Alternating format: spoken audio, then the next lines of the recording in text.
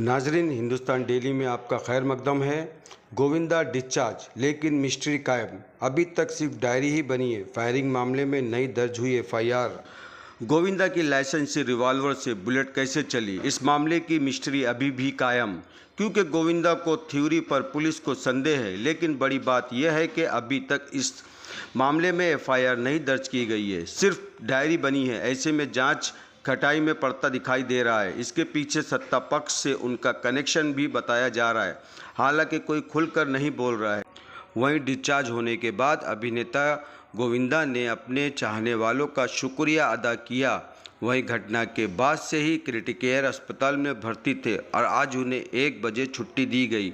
इस दौरान उन्होंने प्रशासकों को आभार माना, साथ ही पुलिस प्रशासन, डॉक्टर और मुख्यमंत्री एकनाथ शिंदे का धन्यवाद किया। उन्होंने कहा कि आपके आशीर्वाद से मैं सुरक्षित हूं। इस दौरान उनकी पत्नी सुनीता भी साथ में मौजूद थी।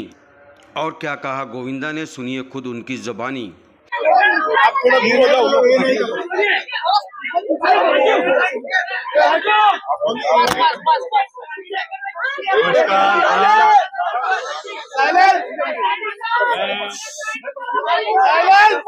प्रेस वर्ग से जुड़े हुए सब लोगों का धन्यवाद देता हूँ।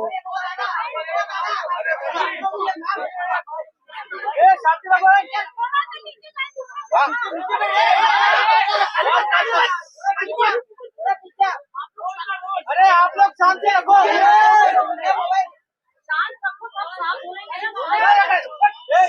शांत रखो अभी।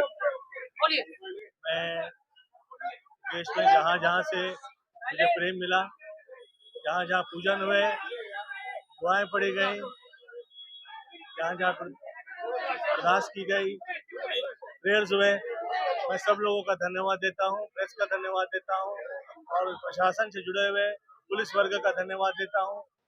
मैं राज्य से जुड़े हुए आदरणीय शिंदे साहब का धन्यवाद देता हूँ। हर वो व्यक्ति विशेष जितने भी हैं, जहाँ जहाँ बड़े बुजुर्ग, सब लोगों का, और खास तौर पे वो लोग जो मुझे बहुत प्रेम करते हैं। आप लोग का कृपा और आशीर्वाद की वजह से मैं सेफ हूँ। Thank you so much for your love. जय माता की।